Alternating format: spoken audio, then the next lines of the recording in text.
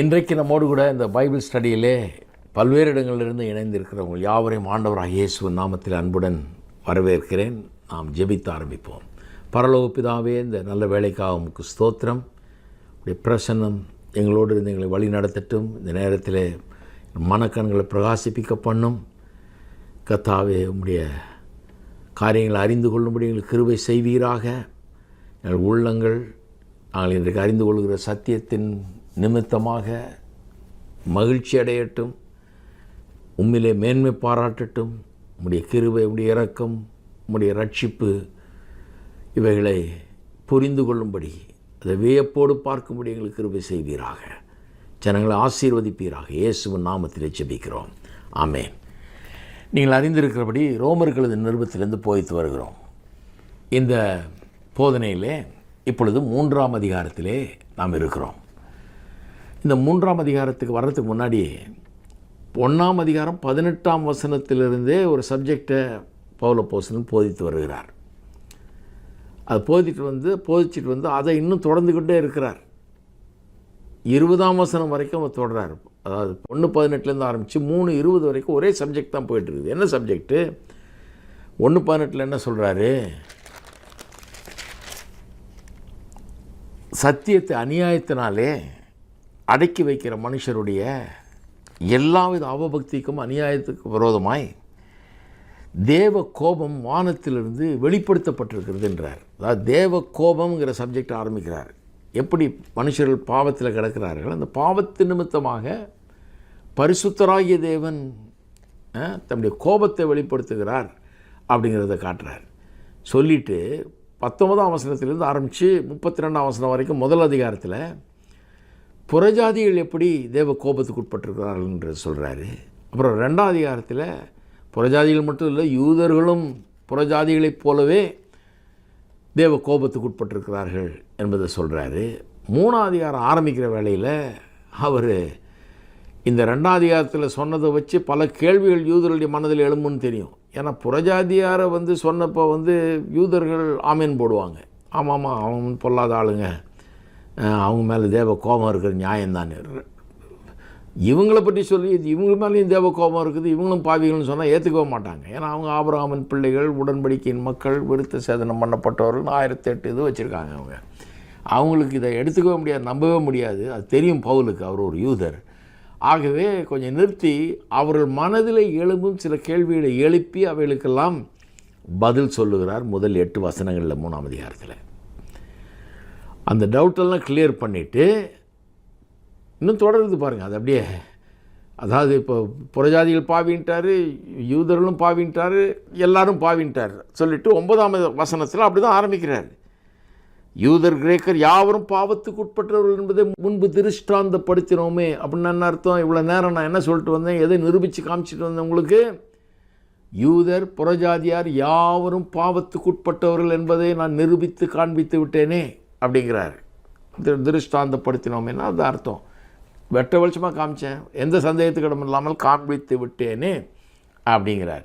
சொல்லிவிட்டு 10ஆம் வசனத்திலேருந்து ஆரம்பித்து இன்னொரு காரியத்தை பண்ணுறார். 18 வசனம் வரை என்ன பண்ணுறாரு?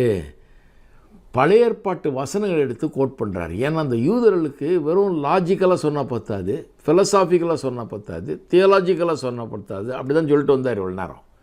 இப்போ அவங்களுக்கு இது பைபிளில் இருக்குது, நீங்கள் மதிக்கிற உங்கள் பழைய ஏற்பாட்டிலேயே இருக்குது, மோசே தீர்க்க தரிசன புஸ்தகங்கள்லாம் இருக்குது பாருங்கள், அதுலேயே இருக்குது அப்படின்னு காமிச்சாதான் அவங்க நம்புவாங்க.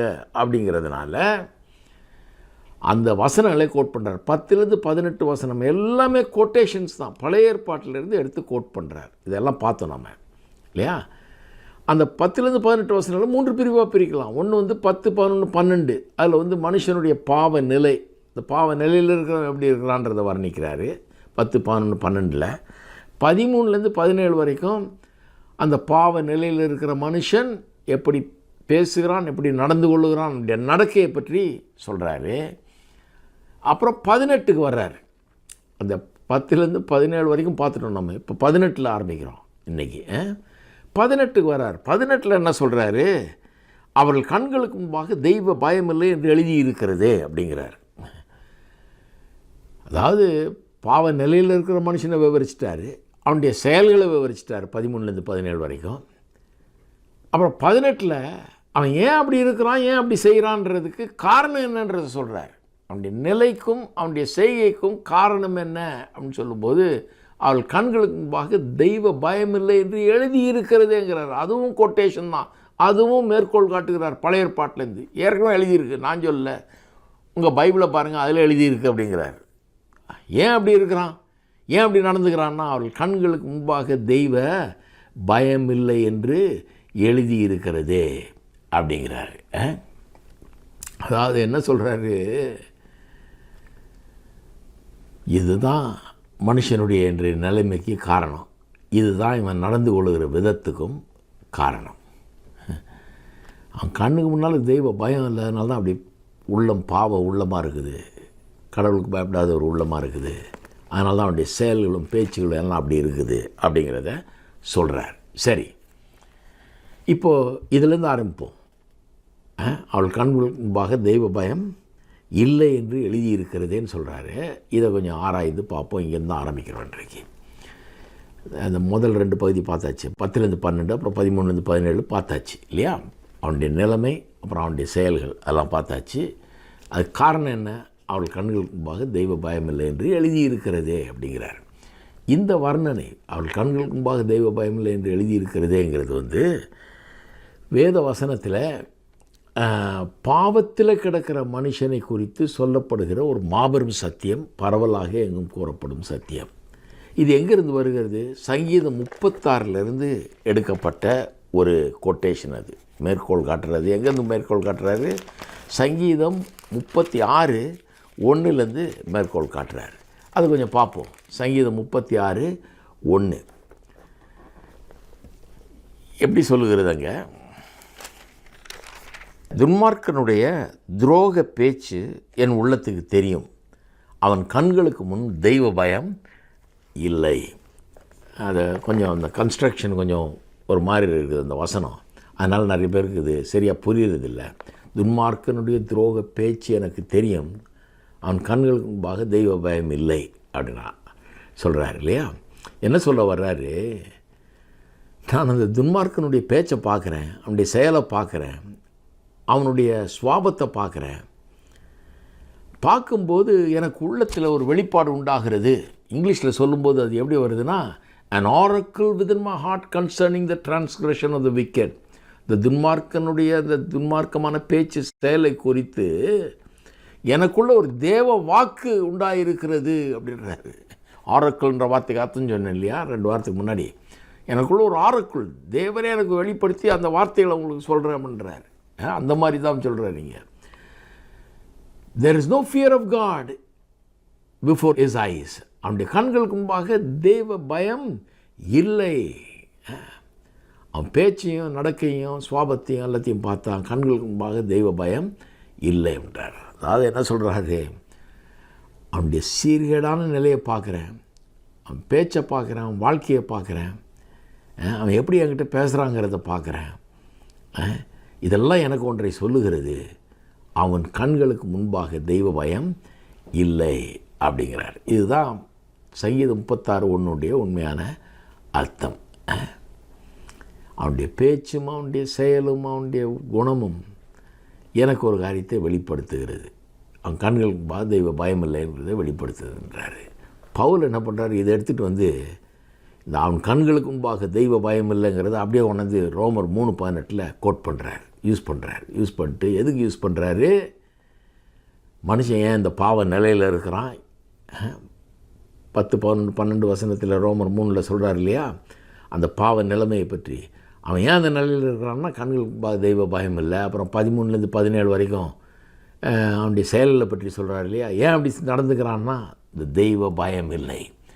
உலகம் ஏன் அப்படி இருக்குது, மனிதர்கள் ஏன் அப்படி இருக்கிறாங்க, அதான் கண்களுக்கு முன்பாக தெய்வ பயம் இல்லை.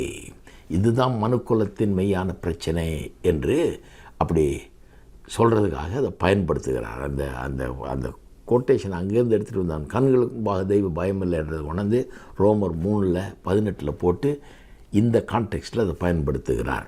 உலகம் ஏன் அப்படி இருக்குது, மனுஷன் ஏன் அப்படி இருக்கிறான், மனுஷன் ஏன் அப்படி நடந்துக்கிறான்றது காரணம் இது தான் அப்படின்னு சொல்ல வர்றார். சரி, இது வேத வசனம் பாவத்தில் கிடக்கிற மனுஷனை குறித்து சொல்லுகிற ஒரு மாபெரும் உண்மை. இது பாவியை குறித்த வர்ணனை. ஒரு தேவபக்தி உள்ள ஒரு மனுஷனை குறித்த வர்ணனையை பைபிளில் பார்த்திங்கன்னா அது ரொம்ப பாப்புலர் வசனம். அதுக்கு என்னன்னா, கர்த்தருக்கு பயப்படுதலே ஞானத்தின் ஆரம்பம் இல்லையா? சங்கீதத்தில் வருது, நீதிமொழிகளில் வருது, இன்னும் பல்வேறு இடங்களில் கொஞ்சம் வித்தியாசமாக வருது, ஆனால் அதே கருத்து தான். இப்படி பல்வேறு இடங்களில் வருது. அதெல்லாம் ஏற்கனவே நான் போன வாரம்லாம் காமிச்சேன் அது உங்களுக்கு. அது என்னன்னா, தெய்வபக்தி உள்ள மனுஷன் அவன் எப்படிப்பட்டவனாக இருக்கிறான், அவனை ஒரு ஞானியாக வர்ணிக்கிறது. அதே நேரத்தில் அவங்களுக்கு காமிச்சேன் இல்லையா போன வாரம், அதாவது யார் முட்டாள், தேவன் இல்லை என்று தன் உள்ளத்திலே சொல்லிக் கொள்கிறவன் தான் முட்டாள்னு சொல்லியிருக்குது. அப்போ முட்டாளுக்கும் ஞானிக்குள்ள வித்தியாசத்தை காண்பிக்கிறார். யாரை முட்டாள்ன்றாரு? கர்த்தரை குறித்த நம்பிக்கை இல்லாதவனை முட்டாள்ன்றாரு. யாரை ஞானின்றாரு? தெய்வ பயம் உள்ளவனை, கர்த்தருக்கு பயப்படுகிற பயத்தில் வாழ்கிறவனை ஞானின்றார். அவனுடைய நல்ல வாழ்க்கைக்கு அஸ்திபாரம் என்ன? கடவுள் இருக்கிறார்ன்ற அறிவு. The fear of the lord. கடவுள் இருக்கிறாரு, அவர் என்ன பார்க்குறாரு, அவர் கண்களுக்கு நான் வாழ்ந்துட்டுருக்கிறேன்ற அறிவு. இதை வேதத்தில் இன்னொரு இடத்துல இப்படி சொல்லியிருக்கு பாருங்கள். அதாவது பாவியை வர்ணிக்கும் போது அவன் கண்களுக்கு முன்பாக தெய்வ பயம் இல்லை அப்படின்றது இல்லையா? இதே 16:8 பாருங்கள். சங்கீதம் 16:8.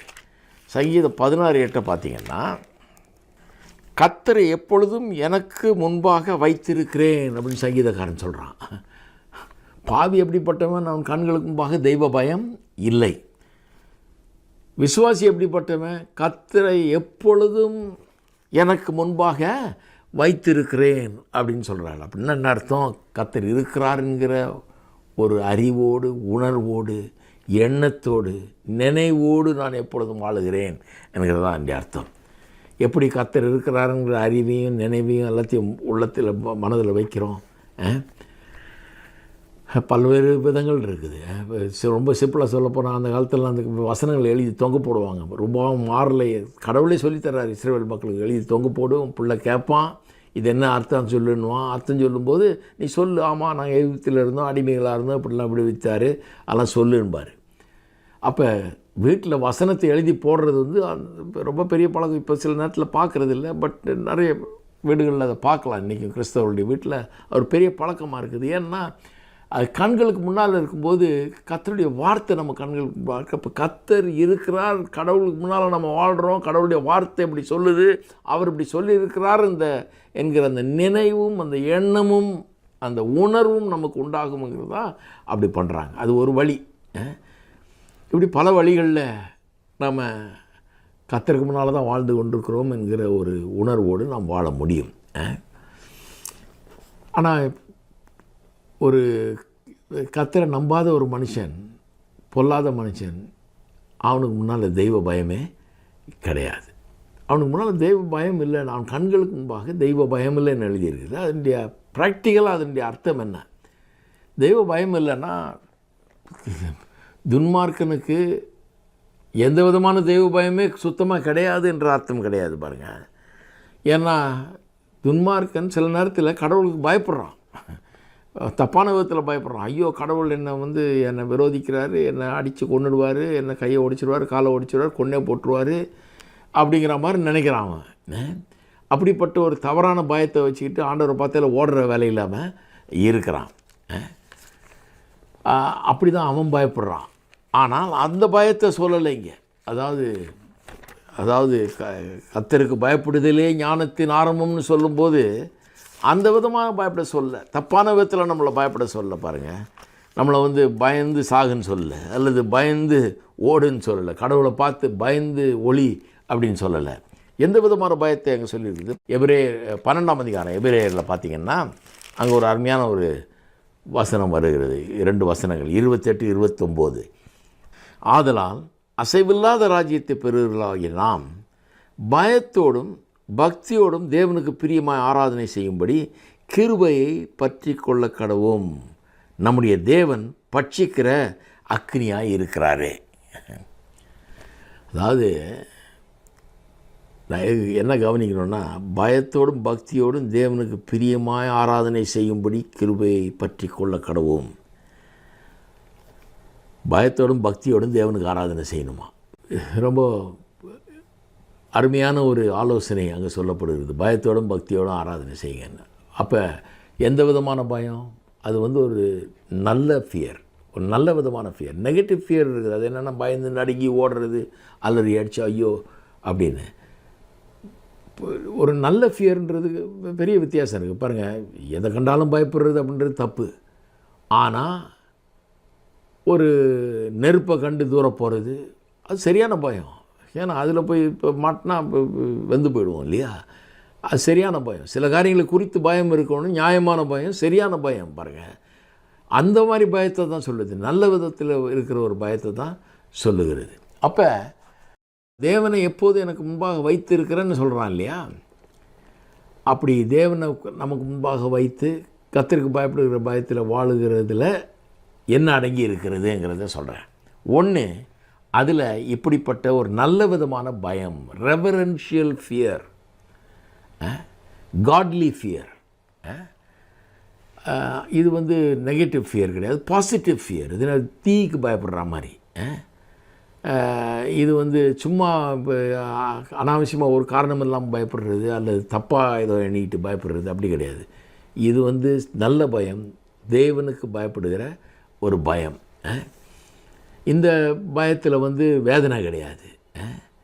இது எதுக்கு பயப்படுறோன்னா ஒரு ஆச்சரியம். அடேப்பா, எவ்வளோ பெரிய தேவன், எப்பேற்பட்ட மகத்துவம் உள்ளவர், எவ்வளவு பெரியவர், எவ்வளவு நல்லவர் அப்படின்னு ஒரு மரியாதை வருது பாருங்கள். அதைத்தான் பயம் நீங்கள் சொல்லியிருக்குது. ரெஸ்பெக்ட், ரெவரன்ஸ்னால் ரெஸ்பெக்ட். ரியலாக இங்கிலீஷில் வாசிக்கும்போது கேர்ஃபுல்லாக இருக்கணும். எல்லா இடத்துலையும் ஃபியருங்கிறது பயத்தை சொல்லலை, கெட்ட பயத்தை சொல்லலை. சில இடங்களில், இந்த மாதிரி இடங்களில் என்ன ஃபியரை சொல்லியிருக்குது? ரெவரன்ஷியல் ஃபியரை சொல்லியிருக்குது, பயபக்தியை சொல்லியிருக்கிறது. அப்போ இந்த பயபக்தியோடு தான் நம்ம ஆராதனை செய்யணுமா? இன்றைக்கி சொல்ல வேண்டியது ரொம்ப அவசியம். ஏன்னா தைரியமாக அவருடைய சமூகத்தில் வர கடவுங்கிறத நல்லா போதிக்கிறோம். ஏன்னா ரொம்ப காலமாக மக்கள் விசுவாசிகளே பயமுறுத்துறதில்ல சிலர் இருக்கிறாங்க. ரொம்ப ஓவராக பயமுறுத்தி ஒரு நெகட்டிவ் ஃபியர் உண்டாயிடுது. கடவுள் நம்மளை கையை முறிப்பார், காலை முறிப்பாருன்னு அந்த மாதிரி பயந்துட்டு இருக்கிற ஆட்கள்லாம் இருக்கிறாங்க. அதனால் நம்ம என்ன பண்ணுறோம்? தைரியமாக தேவனுடைய பிரசன்னத்தில் வரணும். நம்ம பிள்ளைகள், அவருக்கு முன்னால் தகப்பனுக்கு முன்னால் பிள்ளை வர்ற மாதிரி தைரியமாக வரலாம் அப்படிங்கிறத நல்லா போதிக்கிறோம். அப்படி போதிக்கிறதுனால அலட்சியமாக வரலாம், ஏனோ தானோன்னு வரலாம் அப்படின்னு அர்த்தம் கிடையாது. அதுக்கு லைசன்ஸ் கிடையாது. பாருங்கள், எப்படி வேணால் பண்ணலாம் அப்படின்ற அது கிடையாது. அதை நம்ம போதிக்கிறது கிடையாது. ரெவரன்ஷியல் ஃபியரையும் மனசில் வைக்கணும், தைரியமாக வரணும். பயப்படுறதுக்கு ஒன்றும் இல்லை. நம்முடைய தகப்பன், பரலோக தகப்பன் நம்மை நேசிக்கிறார், அன்பு கூறுகிறார். ஆனால் அதுக்கு நான் அலட்சியம் தைரியமாக வரணும்னா அலட்சியப்படுத்தக்கூடாது. பாருங்கள், இப்போ நம்ம வீட்டில் ஒரு பெரியவங்க வர்றாங்கன்னா நம்ம காலை தூக்கி டேபிள் மேலே போட்டுக்கிட்டு உட்காந்துட்டு இருப்போம். அவங்க வர்றாங்கன்னா காலை தூக்கி கீழே போடுவோம் இல்லையா? ஏன்னா அவங்க வயசில் பெரியவங்க, அல்லது ஏதோ ஒரு விதத்தில் பெரியவங்க, வயசுலேயோ அல்லது அதிகாரத்துலேயோ அல்லது நமக்கு மேலே இருக்கிற பாஸோ யாராவது வரும்போது காலத்துக்கு கீழே போடுறோம் இல்லையா? நம்ம தனியாக இருக்கும்போது எப்படி ஒன்று இருக்கிறோம், ஆனால் அவங்க வரும்போது காலத்துக்கு கீழே போடுறோம். ஏன்னா அது ஒரு மரியாதை இல்லையா? அப்போ தேவனை ஆராதிக்கும் போதும் அலட்சியம் இருக்கக்கூடாது, ஏனோ தானோங்கிற எண்ணம் இருக்கக்கூடாது. பெரிய ஒரு மரியாதை, ஒரு பயபக்தி இருப்பது நல்லது. சில இடங்களில் பார்த்திங்கன்னா கர்த்தரை ஆராதிக்கும் போது அவன் பாட்டுக்கு போகிறவன் போயிட்டுருப்பான், வரவன் வந்துட்டுருக்கான், என்னத்தையோ பண்ணிட்டுருக்கான். அவன் மாதிரி அலட்சியமாக அப்படி இப்படி போயிட்டு வந்துக்கிட்டு என்னத்தையோ பண்ணிட்டு கிடப்பாங்க. தப்பு. கர்த்தருடைய சமூகத்தில் நம்ம கர்த்தரை ஆராதிக்கும் போது, ஜெபிக்கும்போது, ஒரு ஆராதனையில் கலந்து கொள்ளும்போது அங்கே ஒரு ரெவரன்ஸ், ஒரு நல்ல ஆரோக்கியமான ஒரு பயபக்தி அங்கே இருக்க வேணாம். அப்படி ஆராதிப்பது தான் நல்லது. சரி, ஏன்னா இதெல்லாம் பாருங்கள், எப்படி ஆண்டவர்கிட்ட வரணும், எப்படி ஆராதிக்கணுன்றத அவிசுவாசிகளுக்கு சொல்ல பாருங்கள், தேவனுடைய பிள்ளைகளுக்கு இங்கே சொல்லப்படுகிறது. அப்போ கர்த்தரை எப்போதும் எனக்கு முன்பாக வைத்திருக்கிறேன்னு சங்கீதக்காரன் சொல்கிறான்னா அந்த அர்த்தம் என்ன? எப்போதும் அவர் எவ்வளோ பெரியவர்ன்றதை என் கண்ணுக்கு முன்னால் வச்சுருக்கிறேன், எவ்வளோ மகிமை உள்ளவர் என்பதை என் கண்ணுக்கு முன்னால் வச்சுருக்கிறேன், அவர் எவ்வளவு மாட்சிமை பொருந்தியவர் என்பதை என் கண்ணுக்கு முன்னால் வச்சுருக்கிறேன். அவிஸ்வாசிக்கு அதுக்கு கிடையாது, அவனுக்கு அதை பற்றி நினைவே கிடையாது. அவர் எவ்வளோ பெரியவர்னு நினைக்கிறது இல்லை, எவ்வளோ மாட்சிமை பொருந்தியவர்னு நினைக்கிறது இல்லை, அவர் எவ்வளோ மகிமை உள்ளவர்னு நினைக்கிறது இல்லை. ஆனால் விசுவாசி ஆப்போசிட், அவன் அதே நினைவாக தான் இருக்கிறான், அதே நினைவாக தான் அவன் இருக்கிறான். அந்த பயபக்தி அவனுக்கு இருக்கிறது. ரெண்டாவது எலிமெண்ட் என்னென்ன, ரெண்டாவது காரியம் என்னென்ன அதில், அதாவது கர்த்தரை எப்போதும் என் கண்கள் முன்பாக வைத்திருக்கிறேங்கிறதுல ரெண்டாவது என்னென்னா கர்த்தரை ஆராதிக்க வேணுங்கிற ஒரு ஆசை, அவரை தொழுது கொள்ள வேணும், அவரை துதிக்க வேணும், ஆராதிக்க வேணுங்கிற ஒரு ஆசை. ஆராதிக்கும் போது பயபக்தியை ஆராதிக்கணுன்றதை சொல்லிட்டேன், ஆனால் ஆராதிக்க வேணுங்கிற ஆசையை சொல்கிறேன் நான். இப்போ ஆசை இருக்குதா? கர்த்தரை துதிக்கணும்னு ஆசையாக இருக்குதா? கர்த்தரை ஆராதிக்கணும்னு ஆசையாக இருக்குதா? ஆராதனையில் கலந்து கொள்ளணும்னு ஆசையாக இருக்குதா? சங்கீதக்காரன் பாருங்கள், அவன் அப்படிப்பட்ட ஒரு மனுஷன். அவன் தான் சொல்கிறான், கர்த்தரை எப்போதும் எனக்கு முன்பாக வைத்திருக்கிறான்றான். அவன் என்ன சொல்கிறான், மான்கள் நீரோடை வாஞ்சித்து கதறுகிறது போல என் ஆத்துமா தேவனே உம்மை நோக்கி கதறுகிறது. ஜீவன் உள்ள தேவனே உம்மை நோக்கி என் ஆத்துமாக. எப்படி பாருங்கள், அவனுக்கு உள்ள வாஞ்சை, சொல்லணுன்னா ஒரு வாஞ்சை, ஆசை அவனுக்கு. அவனுக்கு நிறைய சங்கீதங்களில் பாருங்கள், அப்படியே அந்த தேவனுடைய வீட்டை குறித்தும் அங்கே போகணும், அதை மிஸ் பண்ணுறேன்றத என்ன மாதிரி சொல்கிறாங்கிறத பார்த்திங்கன்னா ஆச்சரியமாக இருக்கும். இதெல்லாம் நான் நிறைய அந்த சங்கீதத்தை பொதிக்கிறப்ப நான் கவர் பண்ணியிருக்கிறேன். அப்பேற்பட்ட ஒரு ஆசை, கர்த்தரை துதிக்கணும், கர்த்தருடைய சமூகத்துக்கு போகணும், அவரை ஆராதிக்கணும், அதில் கலந்து கொள்ளணுன்ற ஒரு பெரிய ஆசை. மூணாவது காரியம் அந்த இதில் என்னென்னா, அதாவது கர்த்தரை எப்போதும் எனக்கு முன்பாக வைத்திருக்கிறேன்னுங்கிறதுல என்ன இருக்குதுன்னா, தேவன் நமக்கெல்லாம் ஒரு நியாயாதிபதியாக இருக்கிறார், நாம் அவருடைய கைகளில் இருக்கிறோம் என்கிற உணர்வு. பாருங்கள், அவிசுவாசிக்கு, துன்மார்க்கனுக்கு இதெல்லாம் கிடையவே கிடையாது. அவனுக்கு பயபக்தி கிடையாது, கர்த்தரை ஆராதிக்கணும், அவரை தொழுது கொள்ளணும், அவரை துதிக்கணுங்கிற ஆசையும் கிடையாது. அவன் சங்கீதக்காரன் மாதிரி ஐயோ மான்கள் நீரோடைய வாஞ்சிக்கிறது போல் வாஞ்சிக்கிறதுன்னு சொல்கிறது கிடையாது. அவனுக்கு அந்த ஆசையே கிடையாது. அப்புறம் தேவன் நியாயாதிபதியாக இருக்கிறார், அவருடைய கரங்களில் நாம் இருக்கிறோம் அப்படிங்கிற அந்த உணர்வும் அவனுக்கு கிடையாது. எபிரேயர் 10ஆம் அதிகாரத்தில் 31ஆம் வசனம் இப்படி சொல்லுகிறது, ஜீவன் உள்ள தேவனுடைய கைகளில் விழுகிறது பயங்கரமாக இருக்குமே. விசுவாசிகளுக்கு சொல்கிறாரு. அப்படின்னா என்ன அர்த்தம்? பேதுரு சொல்கிறாரு, தேவனுடைய வீட்டில் தான் நியாய தீர்ப்பு ஆரம்பிக்க போகிறது. அப்போ எதுக்கு ஜீவனுள்ள தேவனுடைய கரங்கள் விழுவது பயங்கரமாக இருக்குமே ஏன் சொல்லப்பட்டிருக்கிறது? நியாய தீர்ப்புன்னு ஒன்று இருக்குது, கடவுள்னு ஒருத்தர் இருக்கார், அவர் எல்லாத்தையும் அறிந்தவராக இருக்கிறார், நீதியாய் நியாயம் தீர்க்கிறவராய் அவர் இருக்கிறார். தைரியமாக வரலாம் அவருடைய சிங்காசன தண்டையில் உதவியை பெறுறதுக்கு. ஆனால் அலட்சியம் இருக்கக்கூடாது. வெறும் ஆராதனைக்கு மட்டும் அப்படி வந்துட்டு போகிறதில்ல, பயபக்தியாக வர்றதில்லை. வாழ்க்கையே பயபக்தியாக வாழணும். ஏன்னா கர்த்தர் நியாயாதிபதியாக இருக்கிறார், நியாயம் தீர்க்கிறவராக இருக்கிறார், நியாயத்தை சரி கட்டுகிறவராக இருக்கிறார். எல்லோரும் கடவுள் முன்னால் ஒரு நாள் நிற்க வேண்டும் அப்படிங்கிற அந்த உணர்வு அந்த விசுவாசிக்குள்ளே இருக்குது. அதனால் ஆராதனைக்கு பயபக்தியோடு வர்றான். ஆனால் அதே நேரத்தில் எப்போதும் கர்த்தரை அவன் என்ன பண்ணுறான், அவனுக்கு முன்பாக வைத்திருக்கிறான். வெறும் ஆராதனை வரும்போது மட்டும் இல்லை, எப்போதுமே கர்த்தர் இருக்கிறார், கடவுள் ஒருத்தர் இருக்கிறார், நான் அதுக்கேற்ற மாதிரி வாழணும் அப்படின்ற ஒரு எண்ணம் அவனுக்குள் இருக்கிறது. நாலாவது இன்னொரு காரியம் என்னென்னா, கர்த்தரை எப்போதும் எனக்கு முன்பாக வைத்திருக்கிறேன்னு சொல்கிறான் இல்லையா, அதுதான் விசுவாசி. கண்களுக்கு முன்பால் தெய்வ பயமே இல்லைங்கிறது தான் அவிசுவாசி.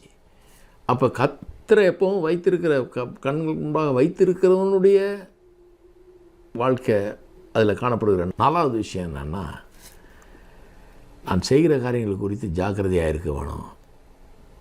ஏன்னா தவறுகளை செய்தால் அதற்கு தண்டனை உண்டு என்கிற உணர்வு அவனுக்கு இருக்கிறது.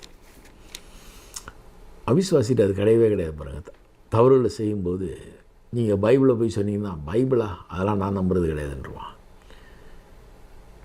கடவுள் பேரை சொன்னீங்கன்னா, ஐயா கடவுள் அதிகாரு, அவர் வந்தால் பார்த்துக்கலாம் அப்படின்றான். பாவம் செய்யும்போது ஐயோ இப்படி பண்ணுறியப்பார், அவனுக்கு அது விளங்குறதில்லை. அவன் எந்த பயமும் இல்லாமல் பாவம் பண்ணுறான். கடவுளுக்கும் பயப்படுறதில்லை, மனுஷனுக்கும் பயப்படுறதில்லைன்னு வாயை திறந்தே சொல்கிற ஆளுங்களும் இருக்கிறாங்க. ஏன்னா அவனுக்கு கடவுளை குறித்த ஒரு அறிவு இல்லை. என்ன சொல்கிறான்றது அவனுக்கே தெரியல. கடவுளை பற்றி தெரிஞ்சிருந்துச்சுன்னா அவனுக்கு அவன் வாயை மூடிக்குவான் பாருங்கள், பேச மாட்டான் அப்படி. ஆனால் கடவுள் எவ்வளோ பெரியவர் அப்படிங்கிற அறிவு இல்லை.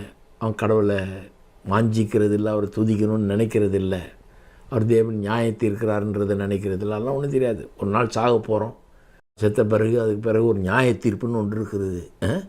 இந்த சாவு நியாயம் தீர்ப்புன்றது 2 அப்பாயின்மெண்ட் கடவுள் வச்சுருக்காரான் எல்லா மனுஷருக்கும். அப்படி இருக்குது. கடைசியில் போய் நிற்க போகிறோம் அவருக்கு முன்னால். நம்மை நியாயம் தீர்க்கிறவர், நம்மை தண்டிக்க அதிகாரம் உள்ளவர்.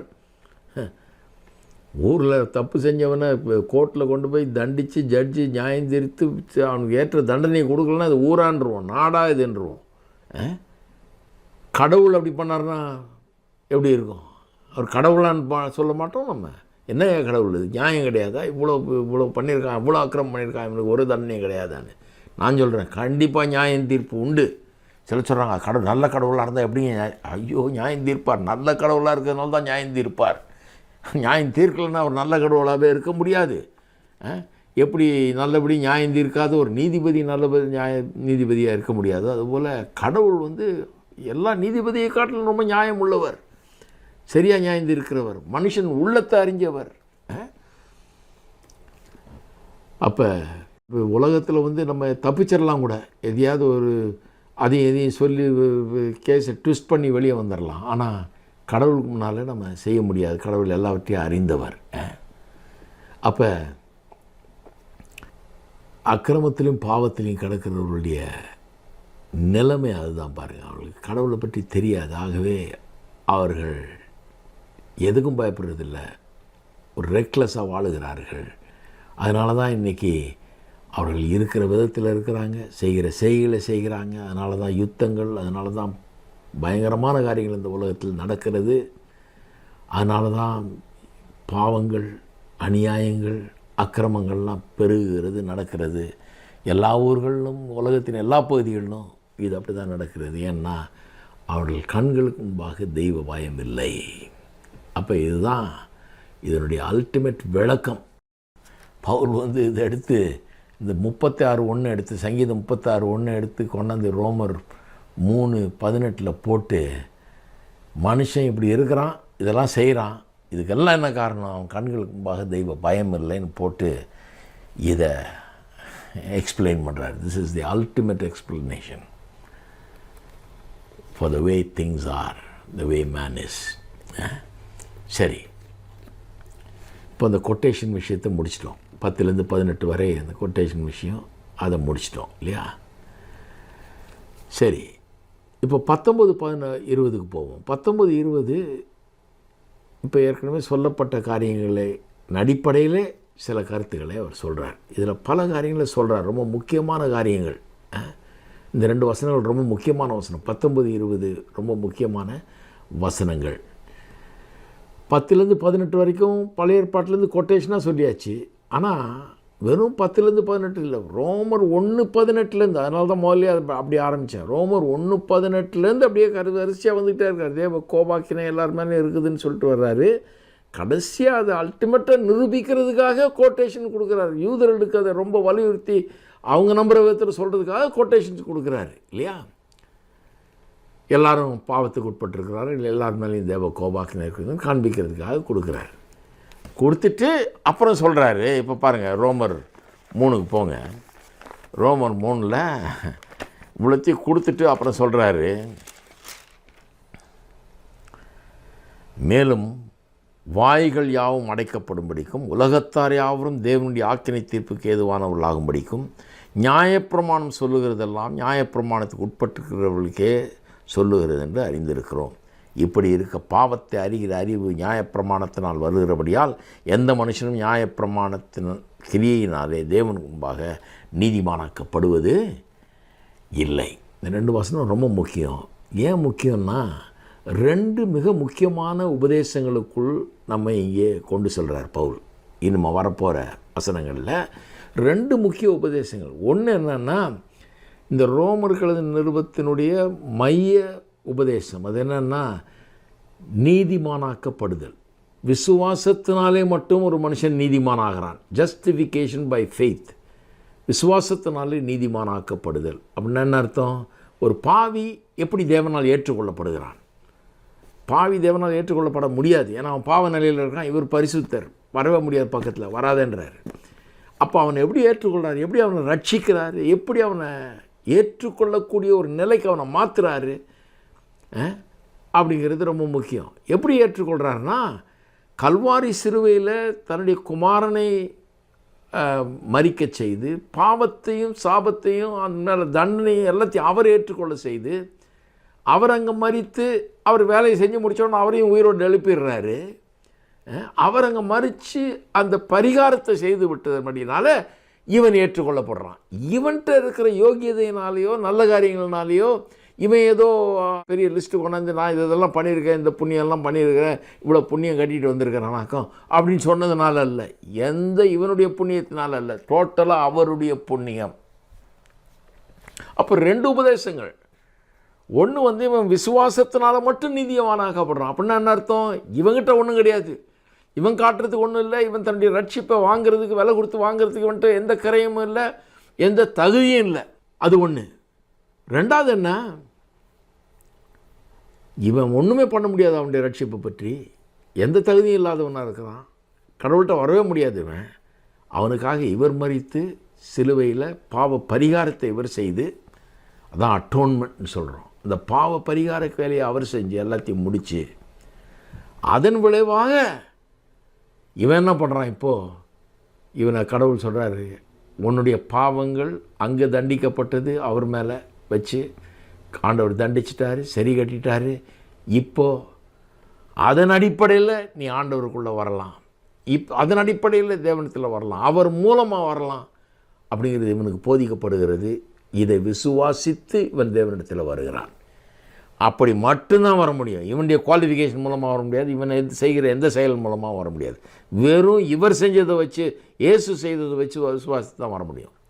இதான் 2 உபதேசங்கள். ஒன்று நீதிமானாக்கப்படுதல், விசுவாசத்தினால் நீதிமானாவது. ரெண்டாவது அட்டோன்மெண்ட்டு, டாக்டரின் ஆஃப் அட்டோன்மெண்ட், அதாவது பாவ பரிகாரம் என்கிற அந்த உபதேசம், சிலுவையில் நடந்த அந்த பாவ பரிகாரம்.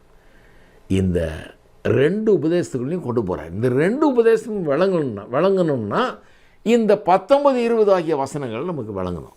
அப்போ 19ஆம் வசனத்தை கொஞ்சம் கவனிப்போம். 19ஆம் வசனம் என்ன சொல்லுது? 19ஆம் வசனத்து பிற்பகுதியில் பாருங்கள். முதல்ல நியாயப்பிரமாணம் சொல்லுகிறதெல்லாம் நியாயப்பிரமாணத்துக்கு உட்பட்டுக்கிறவர்களுக்கே சொல்லுகிறது என்று அறிந்திருக்கிறோம். நியாயப்பிரமாணம் வருது. நியாயப்பிரமாணம் சொல்லுகிறதெல்லாம் நியாயப்பிரமாணத்துக்கு உட்பட்டவர்களுக்கு வருது இல்லையா? அப்போ நியாயப்பிரமாணம்னா என்னங்கிறத பற்றி சிலர் சர்ச்சையை கிளப்புறாங்க. அவங்க என்ன சொல்கிறாங்க? ஒரு சிலர் சொல்கிறாங்க நியாயப்பிரமாணம்னா முதல் 5 புஸ்தகங்கள் மட்டுமே. ஆதியாமம், யாத்திராமம், லேவியாராமம், எண்ணாமம், உபாகமம், இந்த 5 புஸ்தகங்கள் மோசேயின் புஸ்தகங்கள். இந்த மோசேயின் புஸ்தகங்கள் தான் நியாயப்பிரமாணம் அப்படின்றாங்க. இன்னும் சிலர் சொல்கிறாங்க இல்லை, முழு பழைய ஏற்பாடுமே நியாயப்பிரமாணம். நியாயப்பிரமாணம்னு சொன்னால் முழு பழைய ஏற்பாட்டை குறிக்கிறது அப்படின்றாங்க. இதை வச்சு ஒரு சின்ன இதை கிளப்புறாங்க. நான் சொல்கிறேன், இந்த கான்டெக்ஸ்டின் படி பார்த்தா, இங்கே சொல்லப்பட்டிருக்கிற சந்தர்ப்ப சூழ்நிலையின்படி பார்த்தால் இது முழு பழைய ஏற்பாட்டை தான் குறிக்கிறது என்கிறதுல சந்தேகம் வேண்டாம். முழு பழைய ஏற்பாட்டை தான் இது குறிக்குது. அதுக்கு முதல் காரணம் என்னென்னா, ரோமர் 3:1 பவுல் என்ன சொல்கிறாரு? ரோமர் 3:1 ஞாபகம் இருக்கா? 2ஆம் அதிகாரத்தில் ஃபுல்லாக யூதர்கள் எப்படி தேவ கோபத்துக்கு உட்பட்டிருக்கிறாங்கன்னு சொல்கிறாரு. அவங்களால அதை ஏற்றுக்கொள்ளவே முடியாதுன்னு தெரியும் அவருக்கு. அவங்க உள்ளத்தில் கேள்விகள் எழும்புது. ஒரு முக்கியமான கேள்வி என்ன? அவங்க உள்ளத்தில் எழும்பக்கூடிய கேள்வி, இப்படி ஆனால் இப்போ நீ சொல்கிறது உண்மையாக இருந்தால் யூதனுடைய மேன்மை என்ன, விருத்த சேதனத்தினாலே பிரயோஜனம் என்னன்னு அவங்க கேட்பாங்க. அதை அப்படியே கேட்குறாரு அவர். அவரே கேட்டால் அவரே பதில் சொல்கிறாரு. அதாவது அவங்க என்ன சொல்கிறாங்க, புறஜாதிய மாதிரியே என்னையும் பாவின்னு சொல்லிட்டு, நீ அவன் பாவினா நானும் அதே மாதிரி பாவின்ட்டு எங்களால் நம்ப முடியல. ஏன்னா நாங்கள் எப்படி பாவியாக இருக்க முடியும்? அப்போ யூதனுடைய மேன்மை என்ன, விருத்த சேதனத்தினால் பிரயோஜனம் என்ன அப்படின்னு கேட்பாங்க இல்லையா அவங்க. நாங்கள் ஆபிரகாமின் பிள்ளைங்க, நாங்கள் கடவுள் எங்களுக்கு 10 கற்பனை கொடுத்துருக்கிறாரு, எங்களுக்கு விருத்த சேதனம் பண்ணியிருக்கிறோம், உடன்படிக்கை பண்ணியிருக்காரு, எல்லாம் பண்ணியிருக்காரு, எங்களுக்கு எந்த மேன்மை, எங்களுக்கும் அவனுக்கு வித்தியாசமே இல்லைன்னு சொல்கிறீங்க அப்படின்ற கேள்விக்கு பதில் சொல்கிறாரு. நான் வித்தியாசமே இல்லைன்னு சொல்லலை, பாவம்னு வரும்போது வித்தியாசம் இல்லை, அவனும் பாவி நீயும் பாவி, அதுதான் சொல்கிறேன். இந்த பாவம்ங்கிற விஷயத்தில் வித்தியாசம் இல்லை, ரட்சிப்புங்கிற விஷயத்துலையும் 2 பேருக்கும் ஒரே ரட்சிப்பு தான், 2 பேரும் ரட்சிக்கப்படணும். அதைத்தான் சொல்கிறேன் ஒழிய 2 பேருக்கு வித்தியாசமே இல்லைன்னு சொல்லல. வித்தியாசம் இருக்குதாங்கிற கேள்விக்கு பதில் என்ன சொல்கிறாரு? உண்டுங்கிறாரு. விருத்த சேதனத்தால் பிரயோஜனம் என்ன, யூதனுடைய மேன்மை என்னன்னு கேட்டதுக்கு சொல்கிறாரு, எவ்விதத்திலும் மிகுதியாக இருக்குது, நிறையா இருக்குதுன்றார். தேவனுடைய வாக்கியங்கள் அவரிடத்தில் ஒப்புவிக்கப்பட்டது விசேஷித்த மேன்மையாமே. உனக்கு இருக்கிற பெரிய விசேஷமே என்ன? தேவனுடைய வாக்கியங்கள் உங்களிடத்தில் ஒப்புவிக்கப்பட்டது விசேஷித்த மேன்மையாமே அப்படிங்கிறார். அதை சொல்லிவிட்டு அதன் பின்னால் இன்னும் சில டவுட்லாம் கிளியர் பண்ணிட்டு தான் வந்து 10ஆம் வசனத்தில் தேவனுடைய வாக்கியங்கள் அவர்களுக்கு கொடுக்கப்பட்டது தான் விசேஷித்த மேன்மை, அதாவது பழைய ஏற்பாடு அவளுக்கு கொடுக்கப்பட்டது தான் விசேஷித்த மேன்மைங்கிறத அதை வச்சு தான் என்ன பண்ணுறாரு, பழைய ஏற்பாட்டிலேருந்து கோட் பண்ணுறாரு. ஏன்னா அந்த விசேஷித்த மேன்மை அவங்க பெருசாக நினைக்கிறாங்களே, அதை எங்களுக்கு கொடுக்கப்பட்ட விசேஷ மேன்மை நினைக்கிறாங்களே, சரி அதுலேருந்து கோட் பண்ணுறேன், நீ பாவின்னு அதே சொல்லுது அப்படின்னு சொல்லிட்டு தான் 10லேருந்து 18 வரைக்கும் வசனங்களை கோட் பண்ணுகிறார். அப்போ நான் சொல்கிறேன், முதல் காரணம் என்னென்னா, ஏன் இது முழு பழைய ஏற்பாட்டையும் குறிக்குதுன்னா, 3ஆம் அதிகாரம் 1-2 வசனங்கள் முழு பழைய ஏற்பாட்டை குறித்து தான் சொல்லப்பட்டிருக்கிறது. வாக்கியங்கள் உங்களுக்கு அருளப்பட்டதுன்னு, கொடுக்கப்பட்டதுன்னு, அது முழு பழைய ஏற்பாட்டை தான் குறிக்குது அப்படிங்கிறத பார்த்தோம். 2வது, அவர் கோட் பண்ணும்போது அந்த முதல் 5 புஸ்தகங்கள், மோசேன்ற 5 புஸ்தகங்கள்லேருந்து கோட் பண்ணல, எங்கேருந்து கோட் பண்ணுறாரு? சங்கீதம், தீர்க்க தரிசன புஸ்தகங்கள், அங்கேருந்து கோட் பண்ணுறாரு. அதுலேருந்து கோட் பண்ணிவிட்டு 10லேருந்து 18 வரைக்கும் மொத்தம் சங்கீதம் அப்புறம் தீர்க்க தரிசன புஸ்தகங்கள், அதுலேருந்து கோட் பண்ணிட்டே வந்துட்டு அப்புறம் தான் சொல்கிறார், நியாயப்பிரமாணம் சொல்லுகிறது, நியாயப்பிரமாணத்துக்கு உட்பட்டவர்களுக்கே சொல்லுகிறது என்று அறிந்திருக்கிறோம் அப்படின்றார். அப்போ நியாயப்பிரமாணம்னா கண்டிப்பாக பழைய ஏற்பாடு முழுவதும் தான் குறிப்பிடுறார், வெறும் முதல் 5 புஸ்தகங்களில் மட்டும் இல்லை. ஏன்னா கோட் பண்ணுறதெல்லாம் சங்கீதம், தீர்க்க தரிசன வசனங்கள்லேருந்து கோட் பண்ணுறாரு இல்லையா? சரி, மூணாவது காரணம் என்னன்னா, சில இடங்களில் பழைய ஏற்பாட்டிலேயே அல்லது பழைய ஏற்பாட்டிலையும் சரி புதிய ஏற்பாட்டிலையும் சரி முழு பழைய ஏற்பாடும் நியாயப்பிரமாணம் என்று அழைக்கப்படுகிறதை பார்க்கிறோம். ஏன் முழு பழைய ஏற்பாடு நியாயப்பிரமாணம்னு அழைக்கப்படுது? நியாயப்பிரமாணம்னா என்னையா, முதல் 5 புஸ்தகம் தானே நியாயப்பிரமாணம், அப்புறம் முழு பழைய ஏற்பாட்டையும் எப்படி நியாயப்பிரமாணம்னு அழைக்க முடியும் அப்படின்னு சிலர் கேட்குறாங்க. அழைக்க முடியும். ஏன்னா முதல் 5 புஸ்தகத்தில் நியாயப்பிரமாணம் கரெக்டு தான், ஆனால் 5 புஸ்தகத்தை தாண்டி அதுக்கப்புறம் வரும்போது சரித்திர புஸ்தகங்கள், சங்கீதம் போன்ற புஸ்தகங்கள், அப்புறம் தீர்க்க தரிசன புஸ்தகங்கள் வரும்போது எல்லாம் வந்து இது சொன்னதையே தான் சொல்லுது. இது சொன்னதனுடைய மேல் அதிக விளக்கங்கள் இதெல்லாம் பார்த்துருக்கீங்களா நீங்கள்? இங்கே சொன்னதன் அடிப்படையில் நீ அப்படி செய்யலையே, இங்கே என்ன சொல்லியிருக்குது அதன்படி நீ செய்யலையே, இது சொன்னதன்படி நீ பாவம் செஞ்சிட்டியே, இந்த சொன்னதை மீறிட்டியே, இது என்ன சொல்லியிருக்குது நினச்சிக்கோ, அப்படி தான் பேசும் ஃபுல்லாக. நீங்கள் பார்த்தீங்கன்னா நீங்கள் எடுத்துக்கிட்டு எங்கே எடுத்துங்க, இங்கே சொல்லப்பட்டதனுடைய அடிப்படையில் தான் மல்கியா வரைக்கும் பழைய ஏற்பாடு முழுவதும் போகிறது. ஆகவே தான் முழு பழைய ஏற்பாட்டையுமே நியாயப்பிரமாணம் என்று அழைக்கிறார்கள். சரி, அதனால் நியாயப்பிரமாணம் சொல்லுகிறது, நியாயப்பிரமாணத்துக்கு உட்பட்டவர்களுக்கு சொல்லியிருக்கிறதுங்கிறது கண்டிப்பாக முழு பழைய ஏற்பாட்டை சொல்ல முடியும்.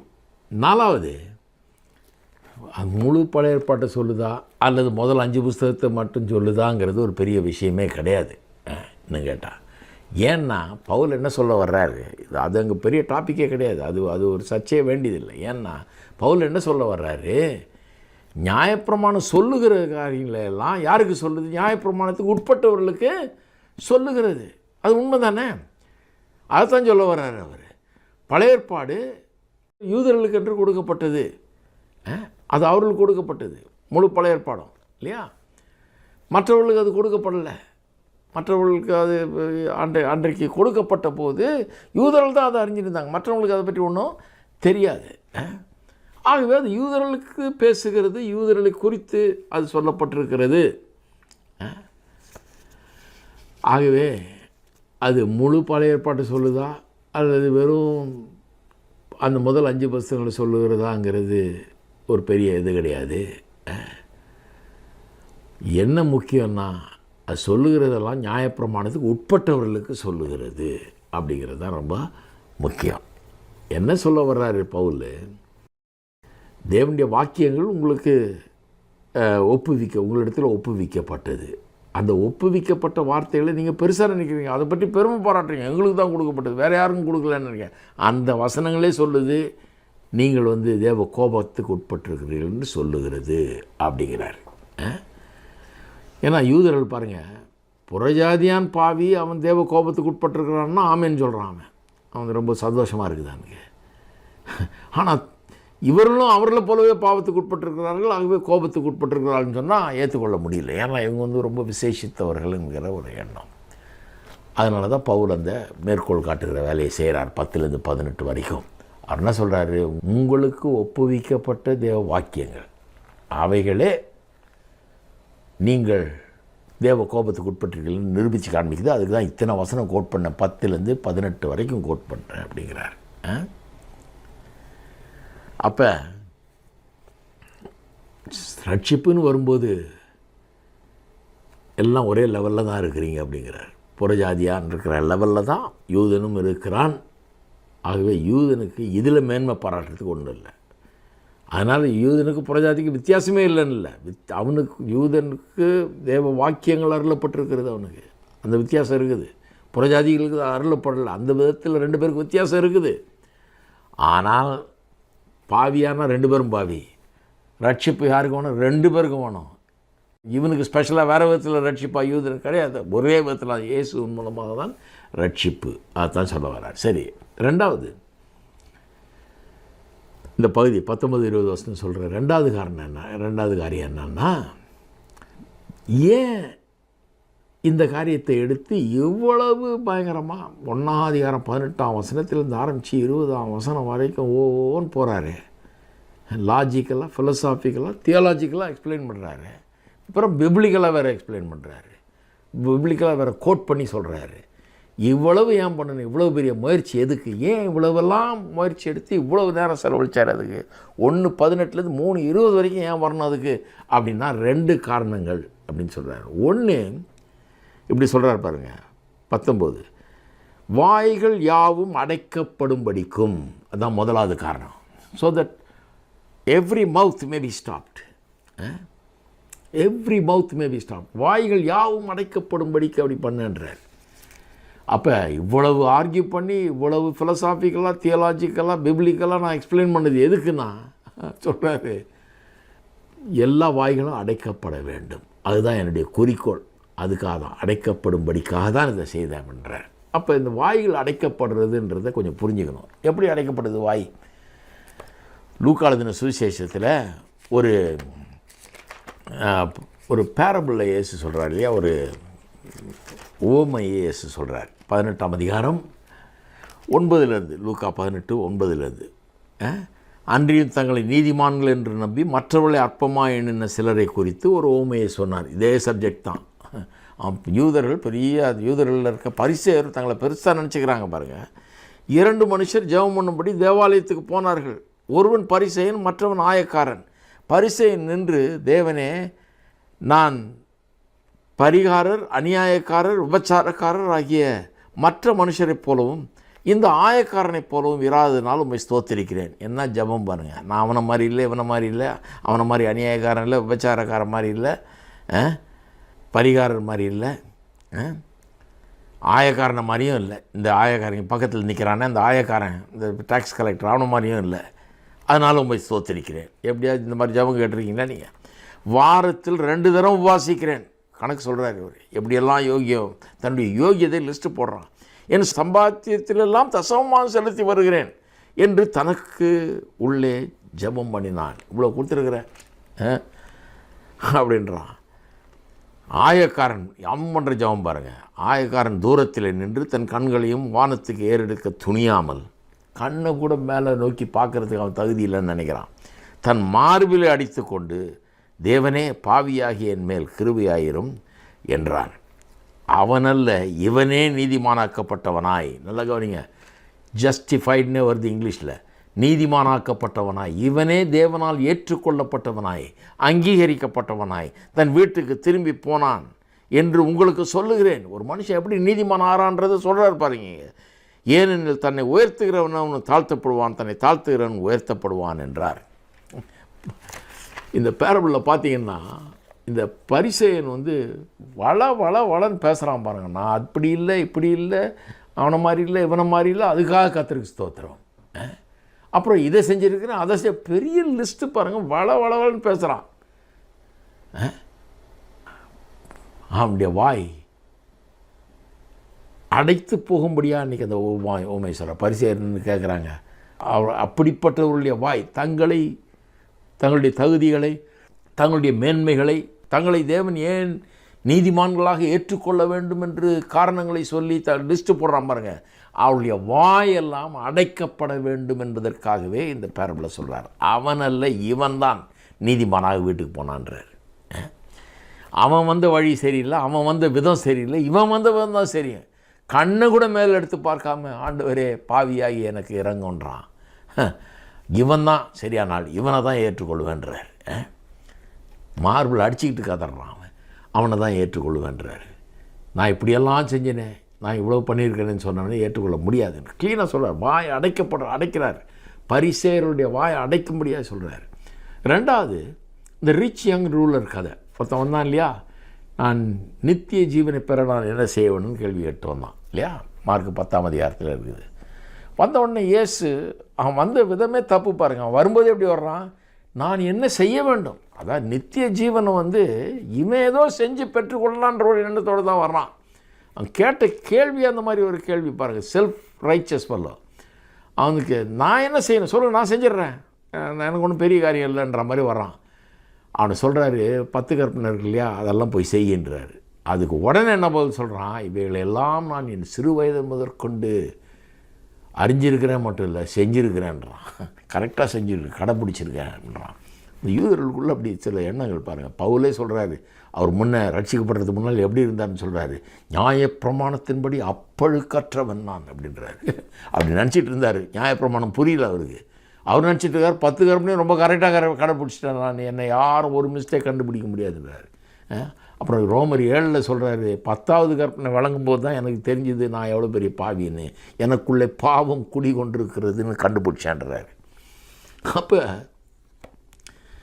இந்த ரிச் யங் ரூலர் நான் என்ன செய்யணும்னு வந்தான். இவர் சொன்னார் இப்போ 10 கற்பனையின்படி செய்கின்றாரு. உடனே அவன் சொல்கிறான், நான் எல்லாம் செஞ்சிட்டேன், எனக்கு எல்லாம் தெரியும், எனக்கு எல்லாம் செஞ்சிட்டேன் அப்படின்றான். அவனுக்கு எப்படி நீ செய்யலை அப்படின்னு அவன் வாயை அடைக்கிறது எப்படி, வளவளன்னு பேசுகிறானே, தன்னுடைய பெருமையை பேசிக்கிட்டு இருக்கிறானே, தன்னுடைய பெருமையை பேசி தன்னுடைய தகுதியை மேன்மையாக சொல்லி இதன் நிமித்தம் நான் இதை நிச்சயம் எனக்கு கிடைக்கணும் அப்படின்ற மாதிரி பேசுகிறானே, இவனுடைய வாயை எப்படி அடைக்கிறாரு பாருங்க. சொல்கிறாரு, ஒரு காரியத்தில் நீ குறைவுபட்டிருக்கிற, உனக்கு உள்ளது எல்லாவற்றையும் விற்று தரித்திரத்து கொடுத்து விடு, பரலோகத்தில் உனக்கு பொக்கிஷம் சேர்த்து வைக்கப்படும், பிறகு என்ன பின்பற்று சொல்கிறார் இயேசு. சொன்ன உடனே அவனுடைய ரியாக்ஷன் என்ன தெரியுமா, துக்கத்தோடே கடந்து போனான். உண்மையாக கடவுளை விசுவாசிக்கிற மனுஷன் சந்தோஷப்பட வேணாமா, பரலோகத்தில் எனக்கு பொக்கிஷம் சேர்த்து வைக்கப்படுகிறது அப்படின்னு நினச்சி, அட கடவுள் வேணுமா பணம் வேணுமா அப்படின்னா, எனக்கு இப்போ பணம் வேணாம் கடவுள் தான் வேணும் அப்படின்னு தேர்ந்தெடுக்கிறதுக்கு வேணாமா, எல்லாத்தையும் விற்று தரித்திரர் கொடுன்னா அது வேறு எல்லாருக்கும் சொல்லலை, அவனுக்கு மட்டும்தான் சொல்கிறார். ஏன்னா அவனுக்கு நிரூபிக்க பார்க்குறாரு. இவனை மாதிரி ஆளுக்கு எப்படி நிரூபிக்கிறது சொல்கிறாரு. சொன்ன உடனே அவனுக்கு துக்கம்தான் வருது. க்ளீனாக காமிக்கிறான், எனக்கு பண ஆசை தான் இருக்குது, எனக்கு கடவுளை காட்டிலும் பணம் தான் முக்கியம். ஆகவே கடவுளை போனாலும் பரவாயில்ல, நித்திய ஜீவனே இல்லைனாலும் பரவாயில்ல, பணத்தை தான் நான் பிடிச்சிக்குவேன்ட்டு போயிட்டான். துக்கத்தோடைய அந்த இடத்த விட்டு போயிட்டான். அவனுடைய வாய் அடைக்க பதில் தான் சொன்னான்னா, அது எல்லாத்தையும் விற்று கொடுத்துட்டு வா, பரலோகத்தில் உனக்கு பொருள் சேர்த்து வைக்கப்பட்டிருக்கோம், நீ என்னை பின்பற்றினார. பதிலே இல்லை, வாய் அடைக்கப்பட்டு விட்டது. ஏன்னா அவன் தான் பாவி என்கிறதை உணர்ந்து விட்டான். நான் சொல்கிறேன், உணர்ந்து விட்டான். வாய் திறந்து அதுக்கப்புறம் நான் பெரிய ஆள், நான் இவ்வளோதான் பண்ணியிருக்கிறேன், நான் ஏற்கனவே அப்படின்னு பேசலையே, போயிட்டான். யோபு இன்னொரு உதாரணம். யோபு பார்த்திங்கன்னா, யோபு ஒரு நல்ல மனுஷன்தான். அவன் என்ன ஆகுது அவனுக்கு சொத்தெல்லாம் இழக்கிறான், பிள்ளைகளெல்லாம் இழக்கிறான், பெரிய நஷ்டமெல்லாம் ஏற்படுகிறது. இப்போ வாழ்க்கையில் ஒரு பெரிய கஷ்டம் அவனுக்கு. அந்த நேரத்தில் ஆண்டவரை பற்றி பேசுகிறான், நிறைய பேசுகிறான். இவனும் இந்த பரிசேயனை மாதிரி அல்லது இந்த ரிச் யங் ரூலர் மாதிரி இவனும் பேசுகிறான் பாருங்கள். பேசும்போது என்ன சொல்கிறான்னு பாருங்கள். 23ஆம் அதிகாரம் 3ஆம் வசனம் பாருங்கள். நான் அவரை எங்கே கண்டு சந்திக்கலாம் என்பதை அறிந்தால் நலமாக இருக்கும். கடவுளை சொல்கிறான், அவரை எங்கே போய் மீட் பண்ணுறது? நான் எங்கேயாவது அவரை சந்தித்தா நல்லா இருக்குமே. அப்பொழுது நான் அவர் ஆசனத்துக்கு முன்பாக வந்து சேர்ந்து என் நியாயத்தை அவருக்கு முன்பாக வரிசையாய் வைத்து காரியத்தை ரூபிக்கும் வார்த்தைகளால் என் வாயை நிரப்புவேன். இங்கிலீஷில் எப்படி வருதுன்னா, I will put arguments in my mouth. என் காரியத்தை நிரூபிக்கிறதுக்கு ஆர்கியூமெண்ட்ஸ் அவருக்கு முன்னால் வைப்பேன். ஏன் நான் யோகியன், நான் நல்லவன், எனக்கு எப்படி நடக்கலாம், என் வாழ்க்கையில் எப்படி இதெல்லாம் நடக்கலாங்கிறதுக்கு ஆர்கியூமெண்ட்ஸை நான் வைப்பேன் அப்படிங்கிறான். அப்புறம் 9ஆம் அதிகாரத்தில் 33ஆம் வசனத்தில் இப்படி சொல்கிறான் பாருங்கள். 9:33 பார்த்திங்கன்னா, எங்கள் இருவர் மேலும் தன் கையை வைக்கத்தக்க மத்தியஸ்தன் எங்களுக்கு இல்லையே. கடவுள் மேலேயும் என் மேலேயும் கையை வச்சு 2 பேரையும் ஒன்றா கொண்டாந்து 2 பேரையும் பேச வைக்கிறதுக்கு ஒரு ஆள் இல்லையே. அவர் எங்கன்னு தேடிட்டு இருக்கிற, எங்கே கண்டுபிடிக்கிறது?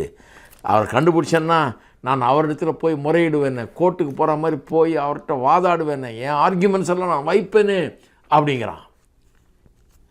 என் நியாயத்தை நான் சொல்லுவேன்னு அப்படின்றான். வளன்னு பேசுகிறான் பாருங்கள் அவன் நியாயத்தை. அவன் நினைக்கிறான், என் பக்கம் நியாயம் இருக்குது, கடவுள் பண்ணுது எப்படி நியாயம், நான் கேட்க போகிறேன் அப்படிங்கிற மாதிரி தான் வர்றான் பாருங்கள். அப்படி வந்தவன் கடைசியில் பார்த்திங்கன்னா 38ஆம் அதிகாரத்திலேருந்து கர்த்தர் பேசுகிறார். இவங்கெல்லாம் பேசி முடித்த பிறகு அவர் பேசுகிறார்.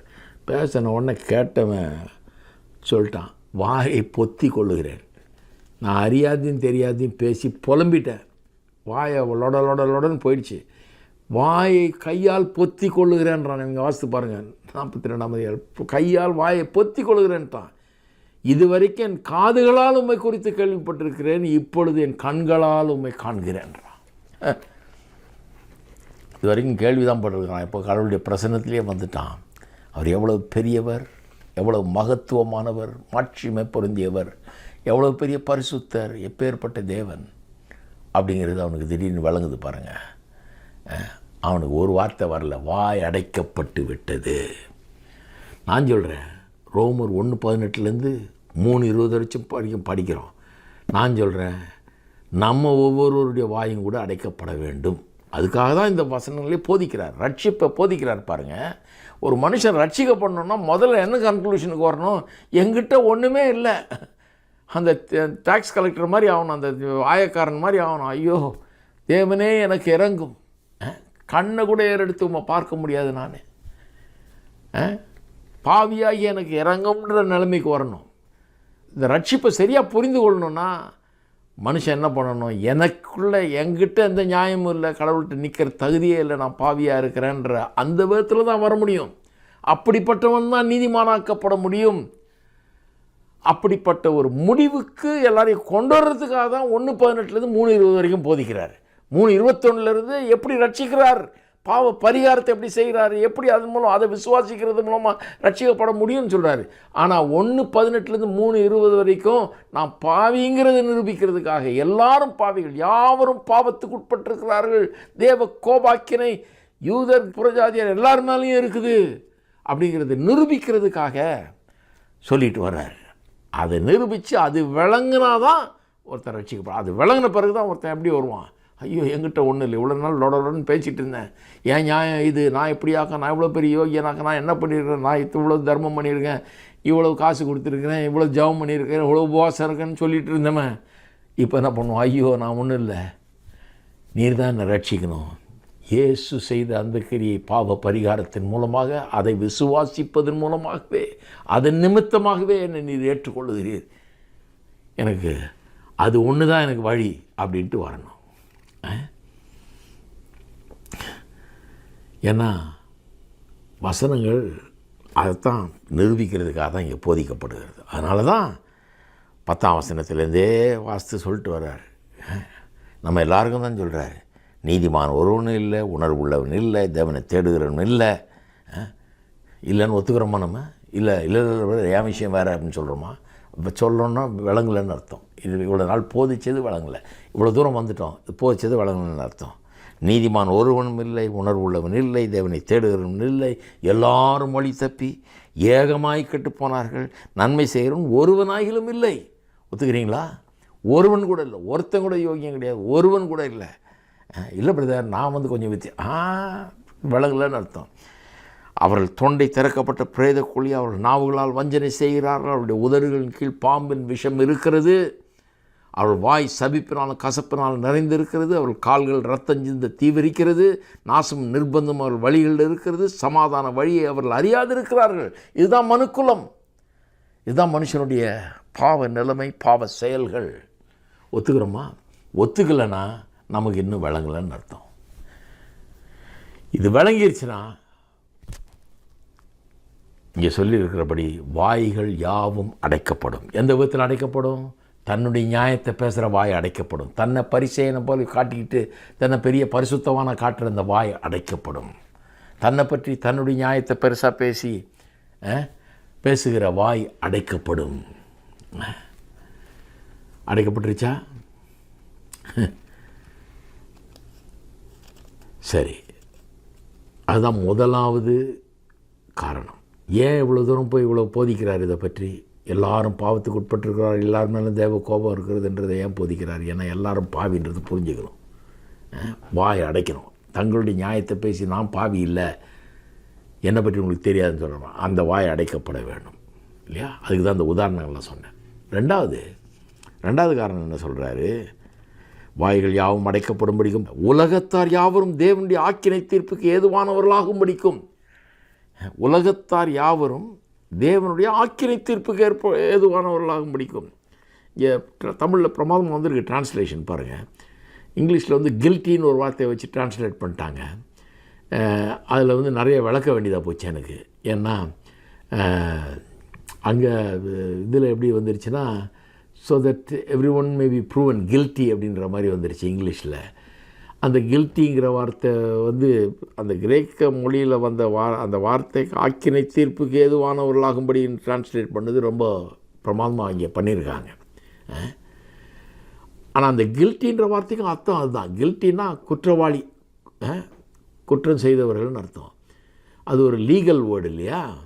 அந்த லீகல் வேர்டு வந்து கோர்ட்டில் யூஸ் பண்ணுற வேர்டு. ஒரு குற்றத்தை செய்து அந்த குற்றத்தின் நிமித்தமாக கோர்ட்டுக்கு வந்து ஒரு ஆள் மேலே குற்றம் சுமத்தப்படுகிறது, அவன் ஆக்கினைக்கு ஏதுவானவனாக இருக்கிறான். he becomes responsible for his action. அவனுடைய செயல்களுக்கு பொறுப்பாளி ஆயிடுறான். he is liable to the court. he is liable to be prosecuted. அவன் அங்கே கோர்ட்டுக்கு கொண்டு வந்து விசாரிக்கப்பட்டு அவன் தண்டிக்கப்பட வேண்டியவனாக இருக்கிறான்.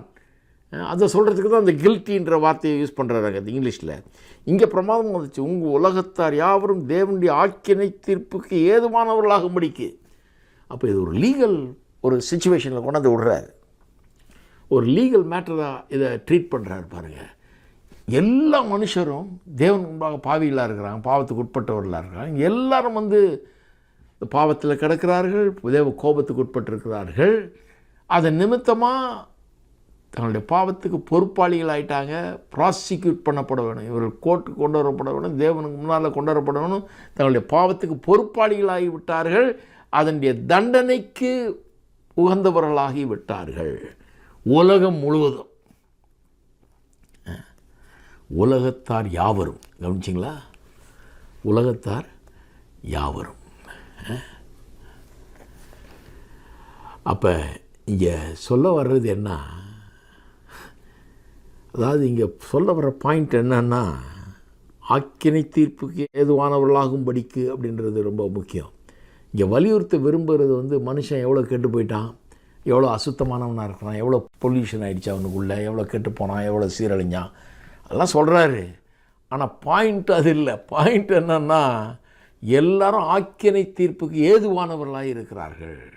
எல்லாரும் தண்டிக்கப்பட வேண்டியவர்கள், தேவன் முன்பாக நிறுத்தப்பட்டு தண்டனை பெற வேண்டியவர்கள், கண்டனம் பண்ணப்பட வேண்டியவர்கள், ஆக்கினை தீர்ப்பு அடையக்கூடியவர்கள் யாவரும், உலகத்தார் யாவரும் என்றார்.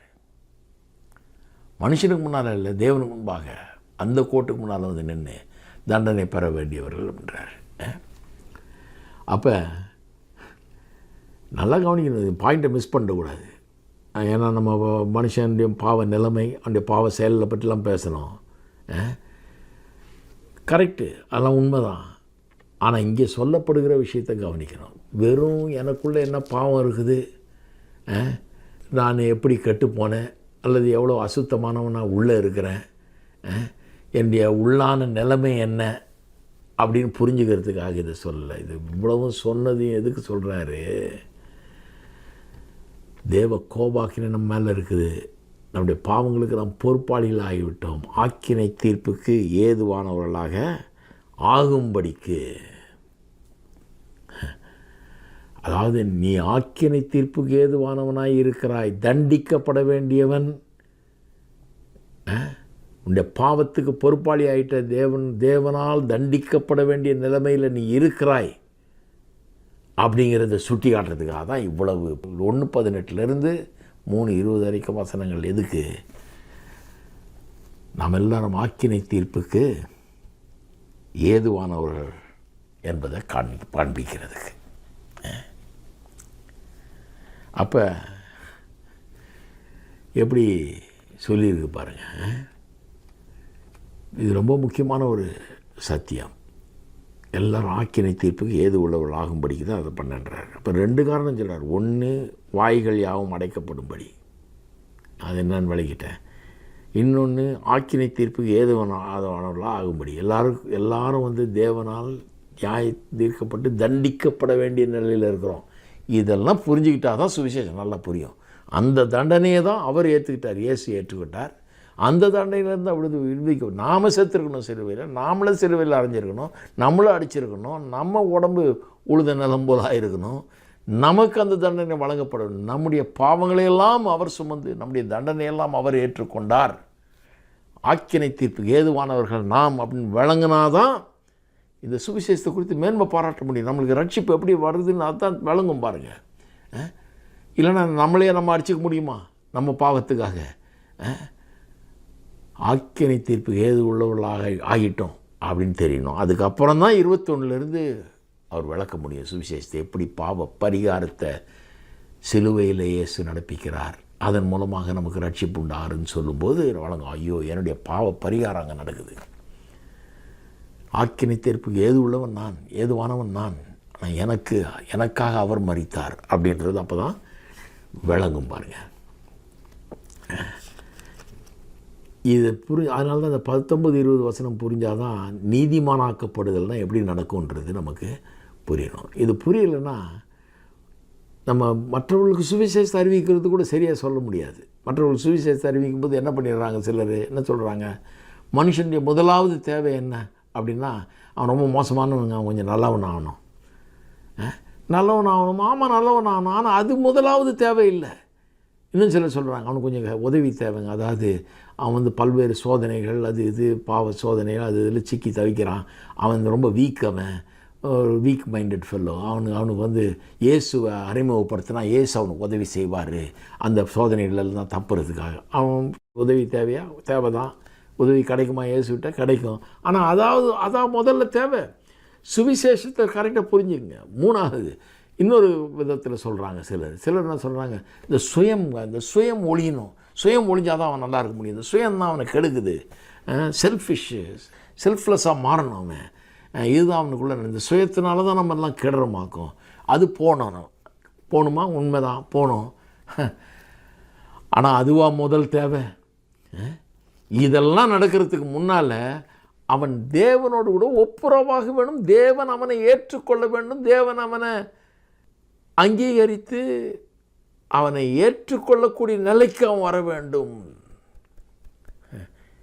He must receive justification and he must be considered as accepted. தேவனால் ஏற்றுக்கொள்ளப்பட்டவனாக அவன் மாற வேணும். இதுதான் முதல் தேவை. அதை நிரூபித்து காமிக்கிறேன் பாருங்கள்.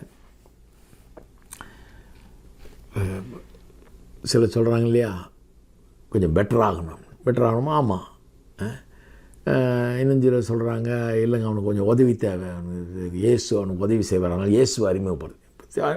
கண்டிப்பாக இயேசு உதவி செய்வார், தேவை தான் அது. சுய நீங்கணுன்றாங்க. ஆமாம், தேவை தான்.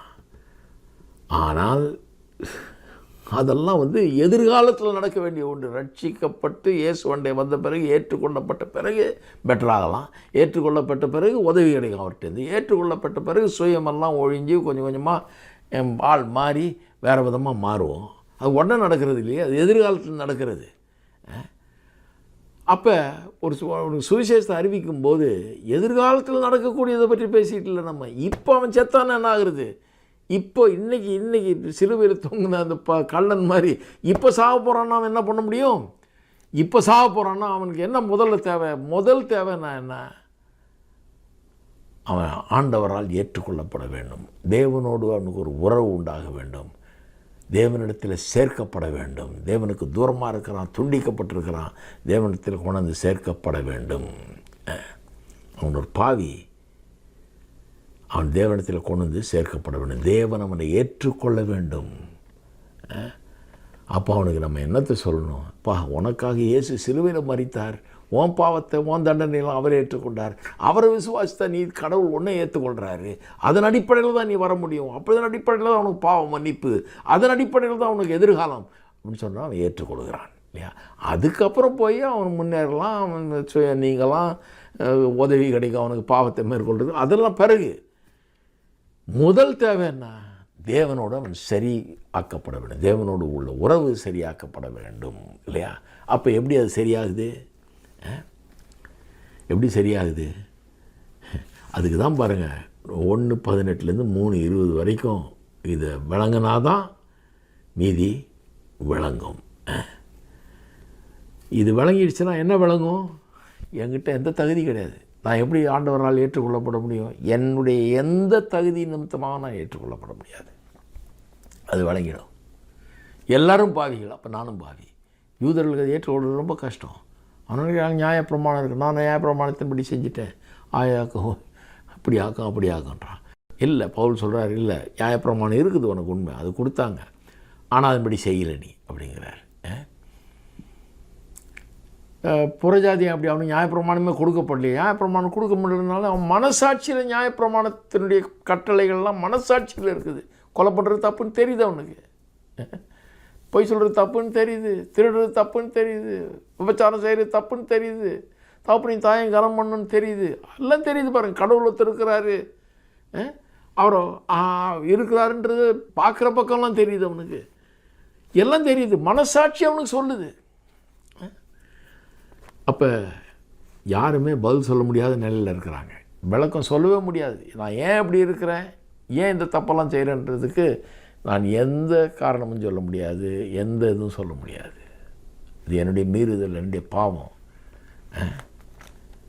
ஒத்துக்கொள்ள வேணும், நான் கில்ட்டி, நான் ஆக்கினை தீர்ப்புக்கு ஏதுவானவனாக இருக்கிறேன். வாய் அடைக்கப்பட வேண்டும். வாய் அடைக்கப்பட்டவர்களாய் தேவன் முன்னால் பாவியாகி எனக்கு இறங்கும் ஆண்டவரே அப்படின்னு கேட்கக்கூடிய நிலைமைக்கு வரணும்.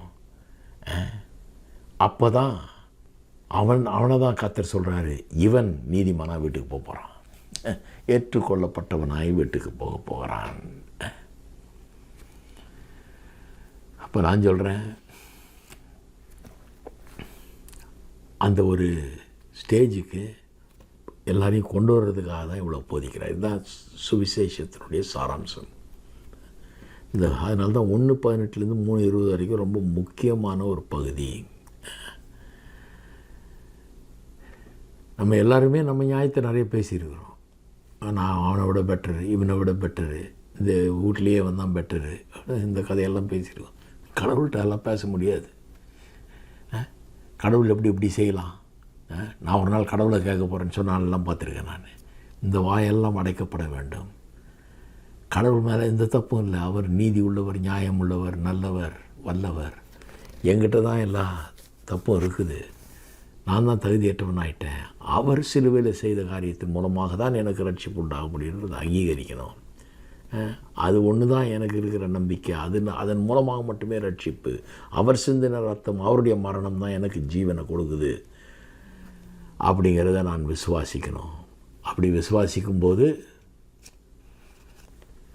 ரட்சிப்பை நான் பெற்றுக்கொள்ள முடியும். இதுதான் இந்த பகுதியினுடைய சாராம்சம். சரி, இதையெல்லாம் சிந்தித்து பாருங்கள். உங்கள் உள்ளம் மகிழும். இதில் கடவுள் எவ்வளோ பெரியவர், எவ்வளோ நல்லவர். நம்முடைய ஆழமான பாவத்தின் நிலைமை எப்படி, தேவனுடைய ஆழமான அன்பு எப்படி நம்மளை மீட்டிருக்கிறது, எப்பேற்பட்ட நிலைமையிலேருந்து நம்மளை மீட்டிருக்கிறார். நம்ம எல்லாரும் ஆக்கினி தீர்ப்புக்கு ஏதுவானவர்களாக இருந்தோம், தேவ கோபத்துக்கு உட்பட்டவர்களாக இருந்தோம். இன்றைக்கு தேவன் நம்மை நேசிக்கிறார், அன்பு கூறுகிறார், அரவணைத்து கொண்டிருக்கிறார். நான் ஜெபிப்போம். பரலோக பிதாவே, உம்மை துதிக்கிறோம், உம்மை ஸ்தோத்திரிக்கிறோம். இன்றைக்கு எங்களோடு பேசினபடி ஆளுமுக்கு ஸ்தோத்திரம். உம்முடைய சுவிசேஷத்தை அறிந்து கொள்ள எங்கள் மனக்கண்கள் பிரகாசம் அடையட்டும், எங்கள் உள்ளம் மகிழட்டும், இன்றைக்கு ஆச்சரியப்படட்டும். ஆச்சரியத்தோடு இந்த வார்த்தைகளை கவனிக்க எங்களுக்கு உதவி செய்வீராக. எங்கள் உள்ளம் உண்மையிலே மேன்மை பாராட்டட்டும். சிலுவையை மட்டுமே குறித்து மேன்மை பாராட்டும் என்று பவுல் சொன்னது போல இன்றைக்கு ஒவ்வொருவரும் தேவன் எங்களுக்காக ஏற்படுத்தின ரட்சிப்பை குறித்து மேன்மை பாராட்டட்டும். ஜனங்கள் ஆசீர்வதிப்பீராக. இந்த சத்தியம் வல்லமையாய் உள்ளத்திலே கிரியை செய்யட்டும். இயேசுவின் நாமத்திலே ஜெபிக்கிறோம். ஆமென்.